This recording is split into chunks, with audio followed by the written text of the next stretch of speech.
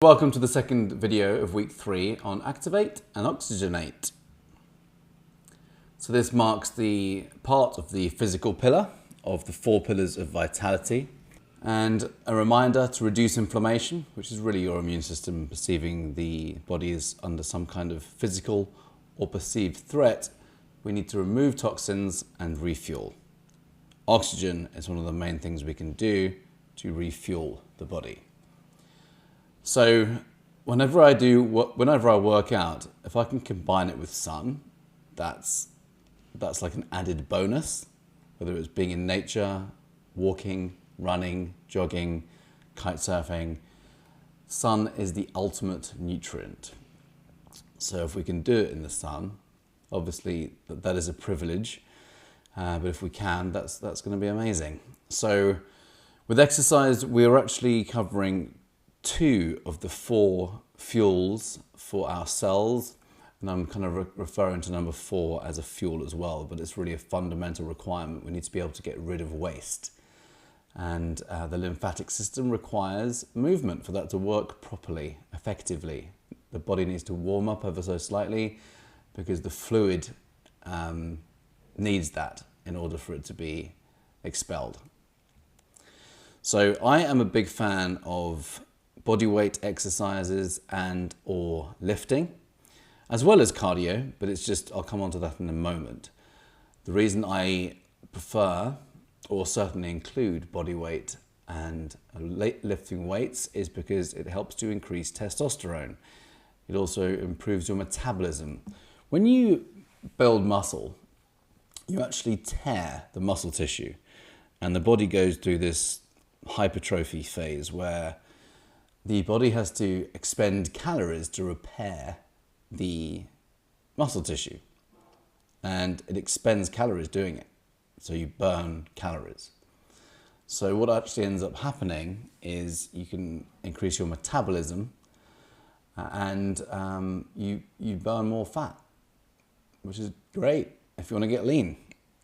It makes you strong, helps you burn the fat, makes you feel good, energizes you, strengthens immunity, increases longevity, decreases risk of osteoporosis and other bone challenges. They know that resistance training is one of the best things that we can do to maintain bone density. So it doesn't have to take long. I've never been a fan of going to the gym for an hour or 2. I like to get in there and do the work and then leave. If I do it at home, my workout is 20 minutes. If I go to CrossFit, it tends to be 50 minutes, but it's not intense for 50 minutes. There's normally 3 to 4 rounds of different exercises, and the time just really goes fast. So I like to do this 2 to 3 times a week. There have been times when I've done CrossFit recently every day for 5 days, and I've seen results really quickly. But I think it's perfectly adequate to do 2 to 3 times a week of weights and then other exercises in between. So there's a number of ways you can get this done. You can either just figure out your own routine, or you can get some guidance, and YouTube videos are there to provide guidance. I've found that with YouTube, it's this phenomenal platform where there is so much content. People give away so much content.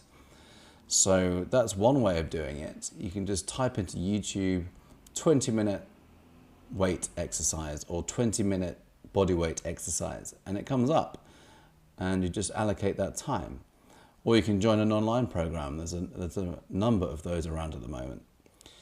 Gym classes, these are an option obviously that requires membership, but one thing I love about classes is you just sign up and turn up, and that's the hardest bit. Psychologically, the hardest thing about working out is getting started. And whatever we can do to override, or rather minimize that on-ramp, I call it an on-ramp, it's what we have to do to get started. So, for example, kite surfing is an on-ramp. It means finding a resort, to kite surf. You then have to take all of this kit and you have to unwrap it all. You have to pump up the kite. You have to lay out the lines. You have to join the lines to the kite. You have to get a wetsuit on if you need one.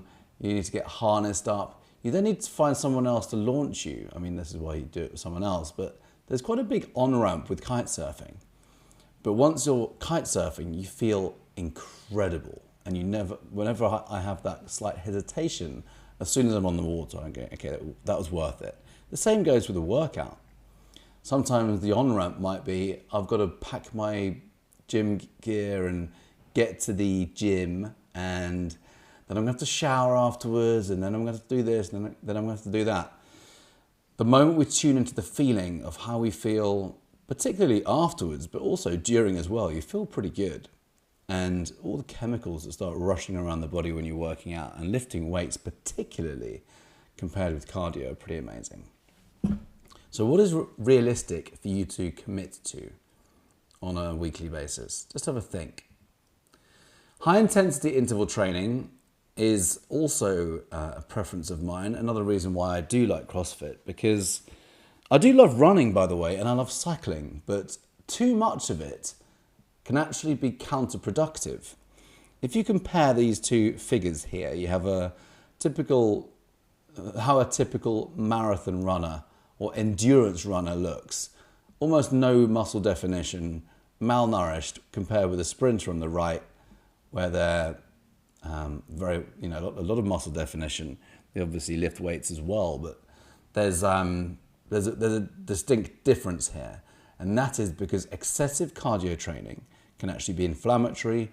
You release cortisol, and that can actually break down muscle mass.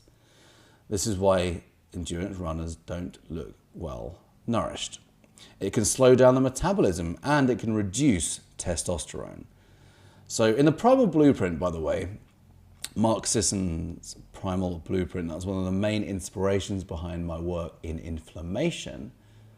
He realized that he was inflamed from running marathons, and he's all about primal living, and so am I, and he's one of my inspirations. The more that we can just kind of mirror what our ancestors would have done, and we would move every day at least. We would walk, we would run, we would sprint, we would lift heavy things, but we wouldn't, as far as they know, run for miles and miles and miles and miles and miles at a time. We want to be just thinking about that and just being kind to the body, so we have more longevity about us. So high intensity interval training builds muscle. It increases your heart stroke volume. That's the amount of blood your heart pumps per beat. It increases your pulmonary performance. That's your lung capacity. It increases testosterone. It increases your metabolic rate, metabolism, so you burn fat whilst you're not working out. That's one of the biggest things about high intensity, which is sprints, training. It might be even 30-second sprints or a minute sprint. It's very good for raising your metabolism. So you burn fat whilst you're not working out, because there's more damage and repair going on. There's another, a similar thing you can do to get this done. You can do home workouts, or you can do CrossFit, gym classes, sprints. If you're challenged, remember the feeling you get afterwards. I really regret that workout, said no one ever. Would you like to commit to this, and what would you like to commit to per week? If you do high intensity interval training, I'd recommend similar to weights, 2 to 3 times a week.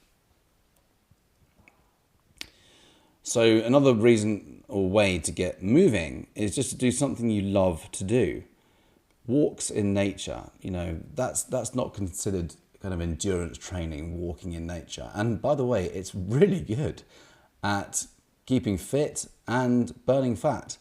I've got a friend who actually he was something like 400 pounds, and he got down to about 200 pounds purely by walking.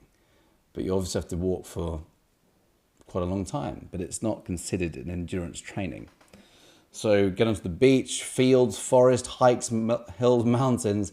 Anytime you can get into nature, you are actually, I don't want to say killed 2 birds with 1 stone, but that's what I want to say. You're you're hitting a number of the cell fuels. If you can get into nature, you're getting connected to nature. If you can take your shoes off, you're getting connected to the ground. If you can get into the sun, you're receiving nutrients from the sun as you're doing whatever it is you want to do. So being outside is one of the best things that we can do to work out. So if you're not into a hobby, consider something that will get you active, that you love to do. Kite surfing is one of my favorite things, as is snowboarding or sailing or windsurfing, anything that keeps me active. And I'll be honest, I like the adrenaline that goes with it and the pure rush, but it's I'm doing many things at once with kite surfing. A reminder what happens with the brain when we move. It becomes activated. Our brain requires movement for it to work properly. This is why I love working out, particularly in the morning before I start my day. So find your happy place is my way I'm going to finish this one. Do something that you love to do, which requires movement, and then you'll love to do it and it doesn't become a chore. So that's the end of this video. Look out for the next one.